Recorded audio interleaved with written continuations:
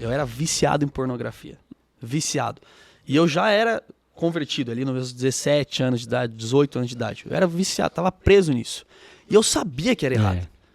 Eu sabia que eu tinha que renovar minha mente, mas eu não tinha o... Ai, como que eu me liberto desse negócio, entendeu? E por São mais construções, cara, que estão lá. E aí eu uso muito, até falo no livro também sobre o texto de Paulo escrevendo aos Coríntios, quando ele diz que as armas da nossa milícia não são carnais, mas são poderosas em Deus para a destruição de fortalezas.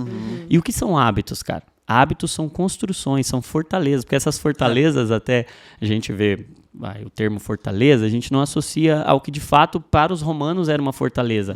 Fortaleza para um romano era uma carceragem, era uma prisão. Lembra a Fortaleza Antônia lá em Jerusalém? Exato. Quando você fala de fortaleza, você está falando de um lugar de prisão, um lugar onde pessoas ficam presas, né?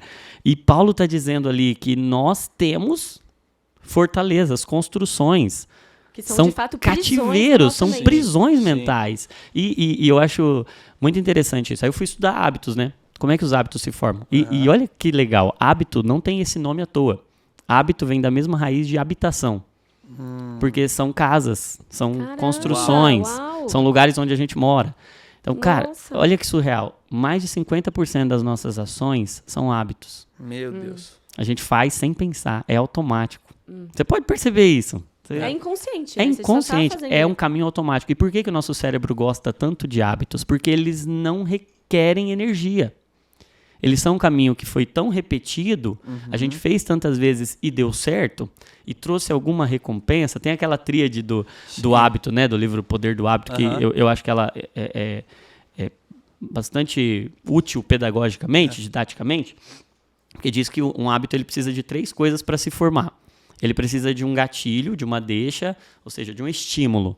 É algo que, cara, te impulsiona para aquilo. Certo. Então precisa de um gatilho, precisa de uma repetição, ou seja, de um ritual. Você precisa repetir aquilo e precisa gerar uma recompensa. Então gera uma recompensa, gera lá uma ativação do nosso sistema cerebral de recompensa, libera dopamina, e aquilo é percebido pelo nosso cérebro como um comportamento que te trouxe algo de bom. Você fez várias vezes e não aconteceu nada de ruim, e você tem um estímulo para fazer aquilo. Então você tem estímulo, você tem uma repetição e você tem uma recompensa, cara, você vai criando um hábito, e esse hábito ele vai ocupar uma parte do seu cérebro, ele vai migrando para uma parte ali que é o nosso corpo estriado dorsal, é uma parte do cérebro que funciona como uma caixa de base de dados ali, onde a gente armazena o que é automático. Então, para fazer aquilo, você não precisa nem pensar. Nossa. E para você deixar de fazer aquilo, não basta força de vontade. Sim. Nossa. Não basta você, porque está instalado, porque está construído uma parada. Tem um cativeiro construído. Fortaleza, de fato. Você está dentro daquela fortaleza. Vai te custar, né? Vai te custar muito. Você vai ter que destruir aquela fortaleza. E aí é o que Paulo diz: as armas da nossa milícia não são carnais, mas são poderosas em Deus para destruir fortalezas. Então, cara, tem uma construção. E só falar, não quero mais morar aqui, não destrói aquela parada. Exatamente. Então, por exemplo, no exemplo da pornografia, ou no exemplo da alimentação, cara, são vícios. São vícios alimentares, são vícios comportamentais, são vícios sexuais. A gente tem, cara, todos nós temos vícios. E vícios e hábitos para o cérebro são a mesma coisa. São construções armazenadas nesse corpo estriado dorsal, em que a gente nem pensa, se tornou automático. Hábitos e vícios são caminhos automáticos no cérebro. A questão é que os bons hábitos, eles são caminhos. Os maus hábitos, os vícios, eles são labirintos. São casas ou cativeiros. Então, o nosso desafio é identificar agora esse mau hábito, essa prisão, essa fortaleza, descredibilizar isso, mostrar, cara, isso daqui não é mais o que eu quero, isso aqui não é mais a minha vida, eu não sou mais isso aqui, eu não quero mais morar aqui dentro, mas não basta identificar e descredibilizar, eu preciso substituir. E substituir um mau hábito por um bom hábito é um desafio, porque um hábito não se forma do dia para a noite. Sim. E ele não se deforma do dia pra noite. Tem toda uma construção, uma arquitetura cerebral que, cara, tá lá, tá construída. Por isso que mesmo o cara falando, nunca mais eu quero isso aqui na minha vida, no outro dia vai ter o estímulo.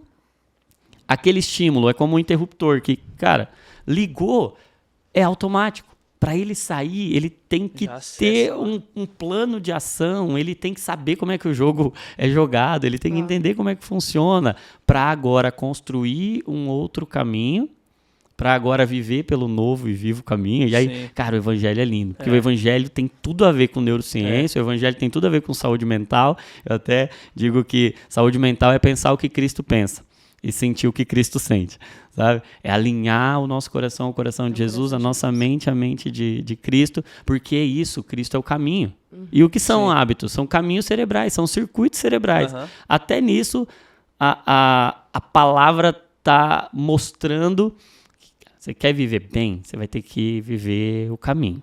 Você vai ter que construir caminho. Você vai ter que fazer e viver por um novo e vivo caminho, entrando nesse lugar espiritual, porque só com força de vontade não vai ser o bastante. As armas da nossa milícia não são carnais, mas são poderosas em Deus para destruir essas fortalezas. E aí eu vou ter que pegar cada pensamento e libertá-lo para ele se tornar cativo a Cristo. Porque liberdade de verdade é estar preso a Cristo, né? E aí a continuação do texto. Levando todo o pensamento cativo a Cristo. Então, esse processo de renovação de mente, de fato, Deus poderia transplantar. Mas o que seria transplantar? Seria tirar algo ruim, jogar fora e pegar algo bom e colocar no lugar. Deus não propôs um transplante para nossa mente, né? Olha que legal. Ele diz, eu vou transformar você, não transplantar você. Porque se ele fosse transplantar, ele tinha que jogar a gente fora. Se Deus fosse jogar o que é ruim fora, ele tinha que jogar a gente. Então, ele pega a matéria-prima que é dele, que foi deformada pela queda, mas ele não joga fora, porque nós somos matéria-prima dele, fomos criados à imagem e semelhança dele. Por isso que ele não joga fora. Porque ele não desperdiça ele. Uau. Porque ele não pode ser desperdiçado. Então tem uma parte dele em nós somos feitos à imagem e semelhança. Então ele pega e fala, eu não vou jogar você fora, mesmo você estando ruim. Mas eu também não vou deixar você do jeito que você tá. Eu te amo tanto. Eu te amo tanto. Você não vai continuar do jeito que você tá. Eu não vou desperdiçar também o que eu te dei. Então eu vou te transformar.